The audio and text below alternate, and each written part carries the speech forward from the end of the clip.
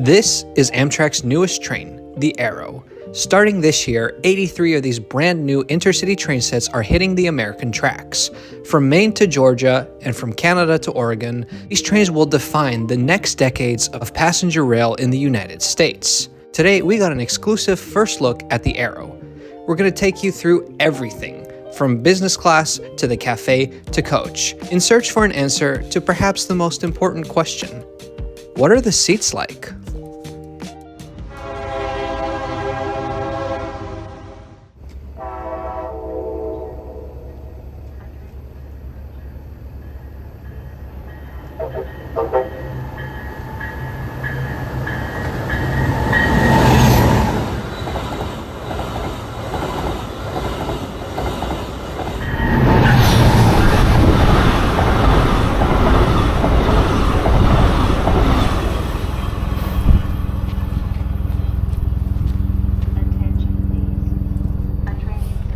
Wow, that was very cool.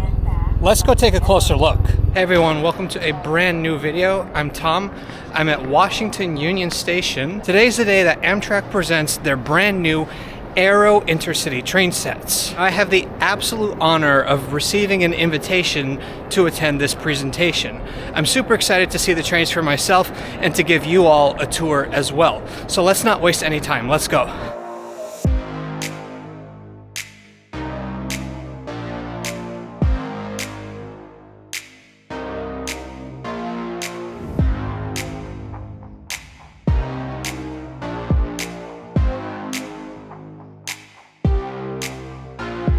Good morning. How are you? Good, how are you? Good, thanks. If it's your not an name? immediate Tom. hit. Right, so I've checked in. They were very nice. We got these cool commemorative first look tickets that I'm definitely hanging up on my wall. Check them out. Got Build Into Trains with sweet. me. Are you excited? I'm very excited. This, again, is something that you do not see every day, so... Well, one day it will be. Previously, we've shown renderings, pictures, and videos of these new trains, but there's nothing better than seeing them up close and personal. And I'm convinced once we get the fleet onto the tracks, the passengers will feel it. They will experience the upgraded comfort. Thank you so much and enjoy. Oh, don't worry. We will thoroughly enjoy. So the first car is a cab car. You'll notice it has headlights, it has a windshield. Basically, an operator can sit on this side and drive the train even though it's not a locomotive. You'll notice on the side there are windows, doors. It's just a passenger car, but with a driver's cab. That is super convenient because if a train doesn't have that, you either have to turn the whole train around, you have to run the locomotive around the train.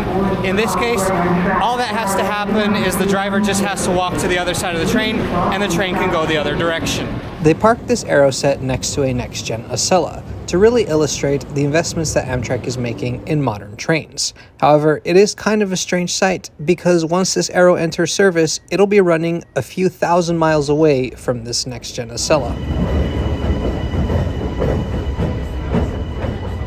As the words on the train suggest, these sets are meant for the Amtrak Cascade service, a service that runs between Eugene, Oregon, Portland, Oregon, Seattle, Washington, and Vancouver, British Columbia, in Canada. If seeing the name on a bunch of different locations on the train wasn't enough, you can also tell that this is a Cascade set by the unique Cascades livery.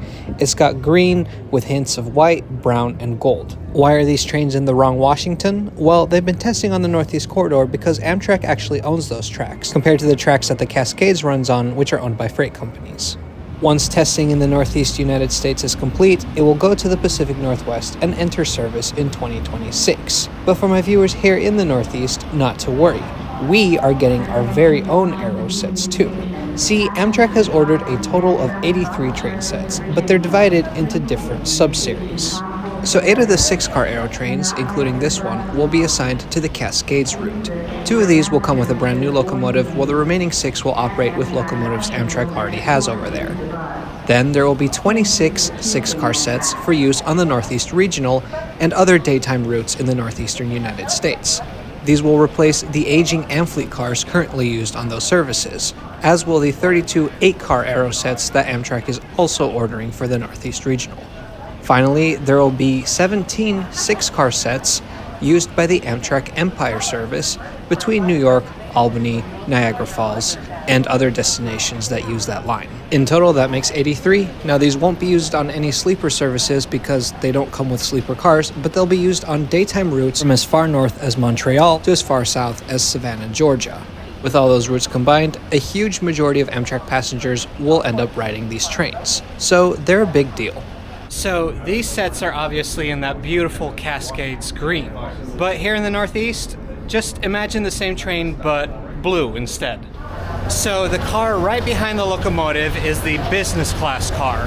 Now, the Locomotive, which I'm going to show you in just a sec, is a diesel locomotive, which makes sense because the Cascades is a fully unelectrified route. This is a Siemens Charger locomotive, specifically an ALC-42E. They're very similar to the ALC-42s that Siemens has already built for Amtrak that are in service on routes across the country. Don't worry, that loud noise you hear is not our locomotive, it's an old Mark locomotive standing behind it. These are quite quiet. Now, with a locomotive on one end and a cab car on the other end, Siemens has built these heavily inspired by their Railjet product in Europe. The Railjet is the flagship higher speed service of the Austrian railways and uses a very similar type of train, only that one is electric. But so are these, kind of. But the train sets that the Northeast Regional is getting, those will also use diesel Siemens locomotives. And you might be thinking, the Northeast Corridor, isn't that electrified? It is, but let me explain. So for the Cascades cars, this is just a normal unpowered passenger car. But for the ones on the Northeast Regional, this car right behind the Locomotive will have a pantograph. And so when it's on the Northeast Corridor, that pantograph will take electricity from the overhead wires and then go to the Locomotive, which will be operating in electric mode. Why is this a big deal? Well, like I said, Amtrak's Northeast Corridor from Boston to Washington, D.C. is electrified. And when running on the corridor, Amtrak trains use electric locomotives. But the thing is, a lot of trains on the Northeast Corridor travel beyond the Northeast Corridor onto diesel territory, especially here in Washington, D.C. Everything south of D.C. is not electrified. And right now what happens is that the electric locomotive detaches from the train, moves out of the way, then a diesel locomotive comes, attaches to the train, and then they can finally be on their way again. This is a process that can take from 45 minutes to an hour, but with these Airo trains, because they're dual mode, the wait time here in Washington, D.C. can be really short. You don't need to swap any equipment, and after just a few minutes, the train can continue from electrified tracks to unelectrified tracks. This is going to dramatically bring down travel times and free up space at Washington Union Station, among other places. Amtrak has also ordered Airo sets for the Empire service between New York City and Albany, and instead of a pantograph, these trains will have batteries in the first passenger car so that the trains can run on electric power through the tunnels near Penn Station. These AM fleets have served us well for over 50 years, but it's time to pass the torch. Now, of course, saying goodbye to Amtrak's older trains means saying goodbye to an admittedly dated but otherwise very comfortable train interior. So what's the interior on these new trains like? Let's start with coach, since 5 out of the 6 cars will be coach cars. As you can see, seating is in a 2x2 layout in all the cars except for car 2, but I'll get to that in a sec. Most of the seating is either facing forward or backward, but there are a few table seats in bays of 4. The tables expand just like they do on the Midwest and California Venture cars. Now, the aisles are very wide, the entire train is wheelchair accessible, and there are specific wheelchair spots in each car as well. But now, I've kept you waiting long enough. So I think the question that is on everybody's mind is, what are the seats like?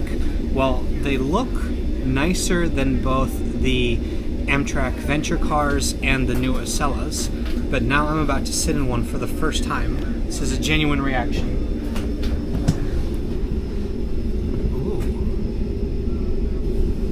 This is nice. So the seats are firm. Like on the first day, don't expect to just sink into the comfiest lazy boy ever, but they are way more padded than some of the other new seats that we've seen recently. And this will definitely be comfortable for a journey of multiple hours. My favorite part is the headrests. This part is really soft. And the reading light, you don't even have to press a button. You just have to touch it. As we've come to expect with Amtrak, the legroom is great. I'm 6 foot and I can comfortably stretch out my legs. Now, what I was not prepared for was how crazy the table situation was going to be, in a good way. You bring down the big table, it looks like this, it's nice, it's got the faux wood, but then there's a tablet holder that pops out on top of the table, but if you pop the table back up, there's also a smaller tray, I think it's a phone holder, and there are cup holders. You could bring everything you own and store it on one of these tables. It's phenomenal. Additionally, there are baggage racks above the seats as well as at both ends of the car, and these ones double as bicycle storage. Between the seats there are power sockets, and above them there are little screens for reservations. Hopefully this means the Northeast Regional will have reservations again. And then let's talk about recline. So recline is controlled using a lever underneath the seat. It's a little bit different than the other new trains we've seen recently. And rather than the seat back moving backwards, the seat cushion slides forwards, which is what we've seen on the Venture Cars and the Acela. Now, I know especially on YouTube, people don't like this kind of recline as much, but in my conversations with other people, honestly, it's pretty 50-50.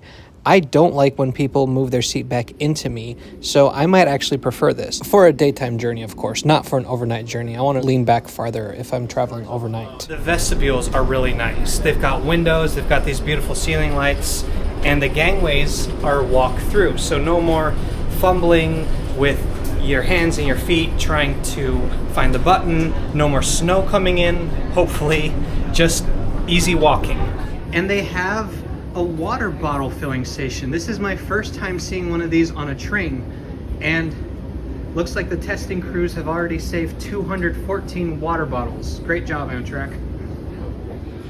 All right, this is the toilet. It's familiar for those who have traveled on the Midwest Venture Cars, but you know, just a little bit elevated. Like you've got that nice faux wood paneling back there. Oh. I could have seen that coming. Down here we've got the sink, of course. There's a power outlet next to the sink, and then here's the baby changing table.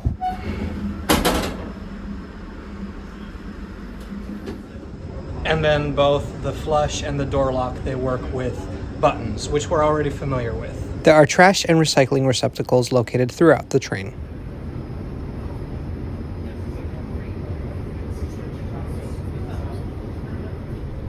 All right, now we walk into one of my favorite parts of the train. It is the combined coach cafe car. But look, the coach seating here is in a 2x1 layout.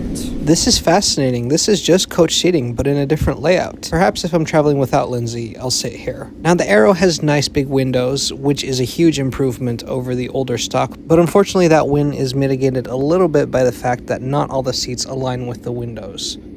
And then it looks like the cafe car has this little conductor's office. I'm going to sit in this chair because it may be the only time I'm ever allowed to. Is any time to do it? It's now. Yeah.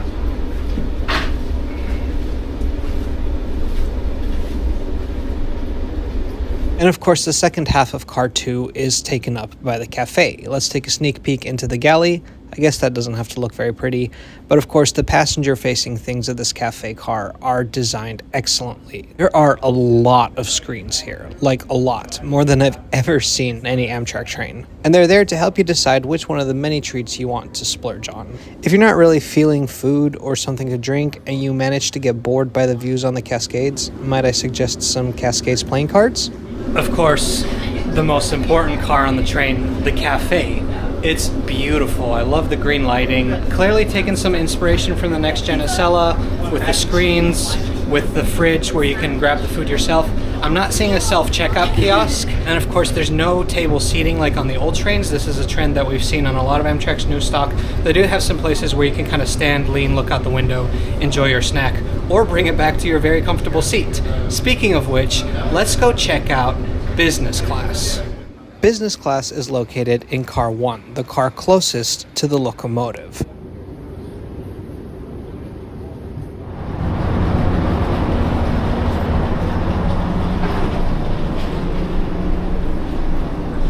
Oh, wow.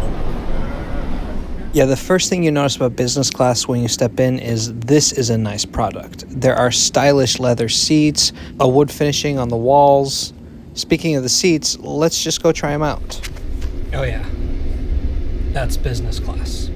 Business class is laid out in a 2x1 configuration. And the seats are similar in structure to coach class, although I do think they're a little bit more padded. The 2x1 layout allows them to be both wider and spaced farther apart. There are lots of extra amenities as well, like footrests, coat hooks, way more power sockets, including these USB-C ports by the cup holders, and a much wider space between the seats. Honestly, I think this looks elegant. Such a nice touch. Like I mentioned earlier, Amtrak has ordered 83 of these Airo train sets from Siemens. I've broken them down into the different variants. The first ones, these Cascades ones, should be entering service in the Pacific Northwest this year, and then hopefully by 2027 we'll see the Airo on the Northeast Regional. I had to check my fact sheet to make sure I was saying the right thing. One thing I've learned as a YouTuber, you never know when somebody's gonna just randomly quote you. I better get another job because I'm gonna want to travel in business class a lot. So one of the things that Amtrak emphasizes with these trains is how intuitive they are. You know, from very easy to use reading lights to the fact that when you walk between cars, it's very hassle-free. I can understand how these trains have been engineered to just make the experience easier and more pleasant. The aisles are nice and wide.